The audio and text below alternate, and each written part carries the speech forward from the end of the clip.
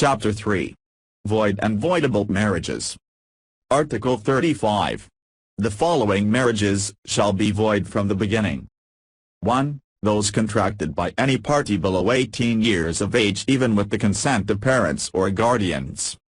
2. Those solemnized by any person not legally authorized to perform marriages unless such marriages were contracted with either or both parties believing in good faith that the solemnizing officer had the legal authority to do so. 3. Those solemnized without license, except those cover the preceding chapter. 4. Those bigamous or polygamous marriages not failing under Article 41. 5. Those contracted through mistake of one contracting party as to the identity of the other. And 6. Those subsequent marriages that are void under Article 53. Article 36. A marriage contracted by any party who, at the time of the celebration, was psychologically incapacitated to comply with the essential marital obligations of marriage, shall likewise be void even if such incapacity becomes manifest only after its solemnization. Article 37. Marriages between the following are incestuous and void from the beginning, whether relationships between the parties be legitimate or illegitimate. 1. Between ascendants and descendants of any degree, and 2. Between brothers and sisters, whether of the full or half-blood. Article 38.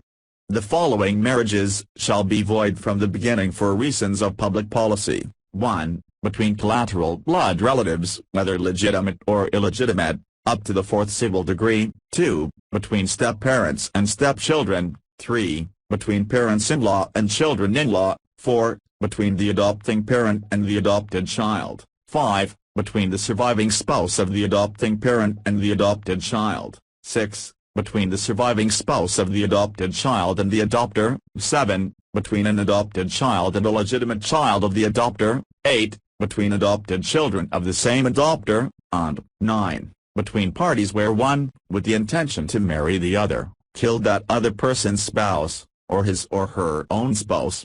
Article 39. The action or defense for the declaration of absolute nullity of a marriage shall not prescribe. Article 40.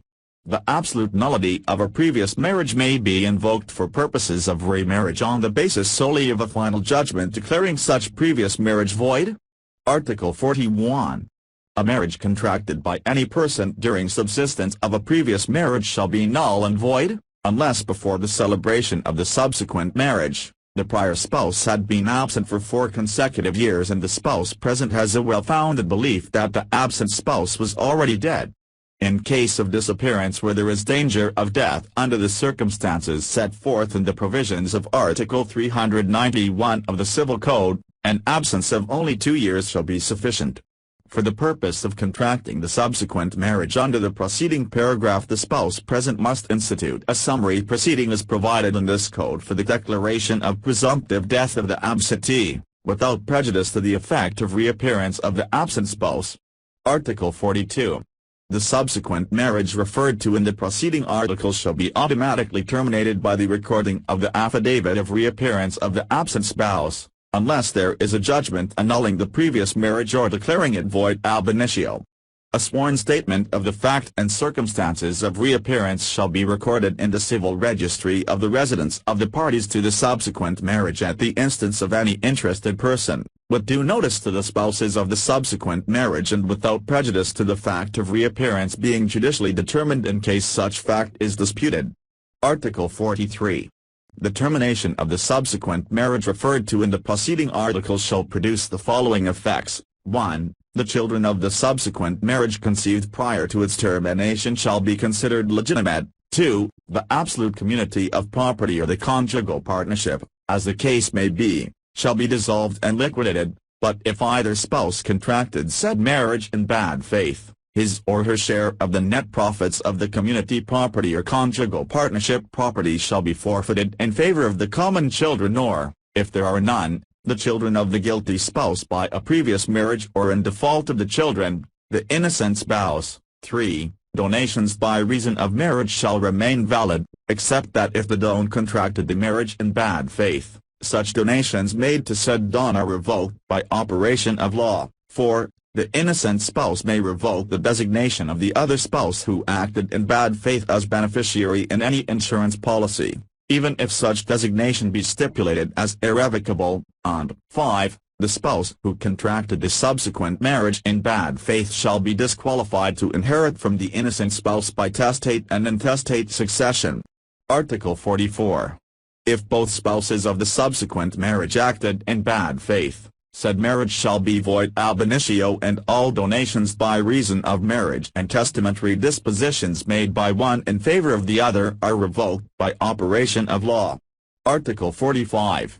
A marriage may be annulled for any of the following causes, existing at the time of the marriage. 1. That the party in whose behalf it is sought to have the marriage annulled was 18 years of age or over but below 21, and the marriage was solemnized without the consent of the parents, guardian or person having substitute parental authority over the party, in that order, unless after attaining the age of 21, such party freely cohabited with the other and both lived together as husband and wife. 2. That either party was of unsound mind, unless such party after coming to reason, freely cohabited with the other as husband and wife. 3. That the consent of either party was obtained by fraud, unless such party afterwards, with full knowledge of the facts constituting the fraud, freely cohabited with the other as husband and wife. 4. That the consent of either party was obtained by force, intimidation or undue influence, unless the same having disappeared or ceased, such party thereafter freely cohabited with the other as husband and wife. 5. That either party was physically incapable of consummating the marriage with the other, and such incapacity continues and appears to be incurable, or 6. That either party was afflicted with a sexually transmissible disease found to be serious and appears to be incurable. Article 46. Any of the following circumstances shall constitute fraud referred to in number 3 of the preceding article. 1. Non-disclosure of a previous conviction by final judgment of the other party of crime involving moral turpitude. 2. Concealment by the wife of the fact that at the time of the marriage, she was pregnant by a man other than her husband. 3. Concealment of sexually transmissible disease, regardless of its nature, existing at the time of the marriage, or 4. Concealment of drug addiction, habitual alcoholism or homosexuality or lesbianism existing at the time of the marriage. No other misrepresentation or deceit as to character, health, rank, fortune or chastity shall constitute such fraud as will give grounds for action for the annulment of marriage. Article 47.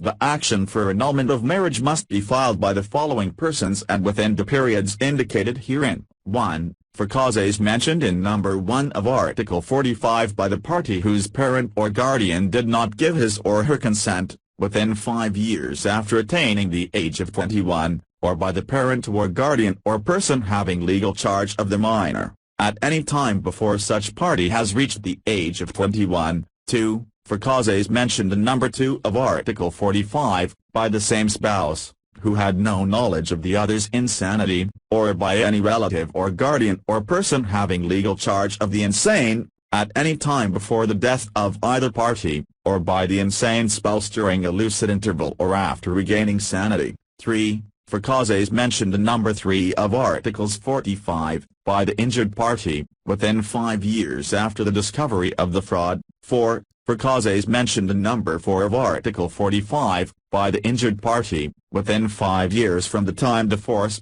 intimidation or undue influence disappeared or ceased. 5. For causes mentioned in number 5 and 6 of Article 45, by the injured party, within 5 years after the marriage.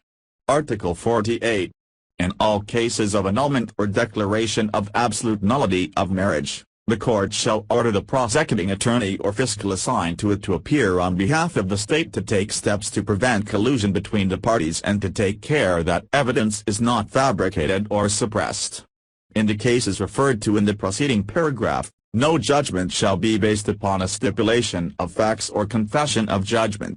Article 49. During the pendency of the action and in the absence of adequate provisions in a written agreement between the spouses, the court shall provide for the support of the spouses and the custody and support of their common children. the court shall give paramount consideration to the moral and material welfare of said children in their choice of the parent with whom they wish to remain as provided to in Title IX. It shall also provide for appropriate visitation rights of the other parent. Article 50. The effects provided for by paragraphs 2, 3, 4, and 5, of Article 43 and by Article 44 shall also apply in the proper cases to marriages which are declared ab initio or annulled by final judgment under Articles 40 and 45. The final judgment in such cases shall provide for the liquidation, partition and distribution of the properties of the spouses, the custody and support of the common children, and the delivery of third presumptive legitimes, unless such matters had been adjudicated in previous judicial proceedings. All creditors of the spouses as well as of the absolute community or the conjugal partnership shall be notified of the proceedings for liquidation. In the partition, the conjugal dwelling and the lot on which it is situated, shall be adjudicated in accordance with the provisions of Articles 102 and 129. Article 51. In said partition, the value of the presumptive legitimes of all common children, computed as of the date of the final judgment of the trial court, shall be delivered in cash, property or sound securities, unless the parties, by mutual agreement judicially approved, had already provided for such matters. The children or their guardian or the trustee of their property may ask for the enforcement of the judgment. The delivery of the presumptive legitimes herein prescribed shall in no way prejudice the ultimate successional rights of the children accruing upon the death of either of both of the parents, but the value of the properties already received under the decree of annulment or absolute nullity shall be considered as advances on their legitime. Article 52. The judgment of annulment or of absolute nullity of the marriage, the partition and distribution of the properties of the spouses and the delivery of the children's presumptive legitimes shall be recorded in the appropriate civil registry and registries of property, otherwise, the same shall not affect third persons. Article 53. Either of the former spouses may marry again after compliance with the requirements of the immediately preceding article, otherwise, the subsequent marriage shall be null and void. Article 54. Children conceived or born before the judgment of annulment or absolute nullity of the marriage under Article 36 has become final and executory shall be considered legitimate. Children conceived or born of the subsequent marriage under Article 53 shall likewise be legitimate.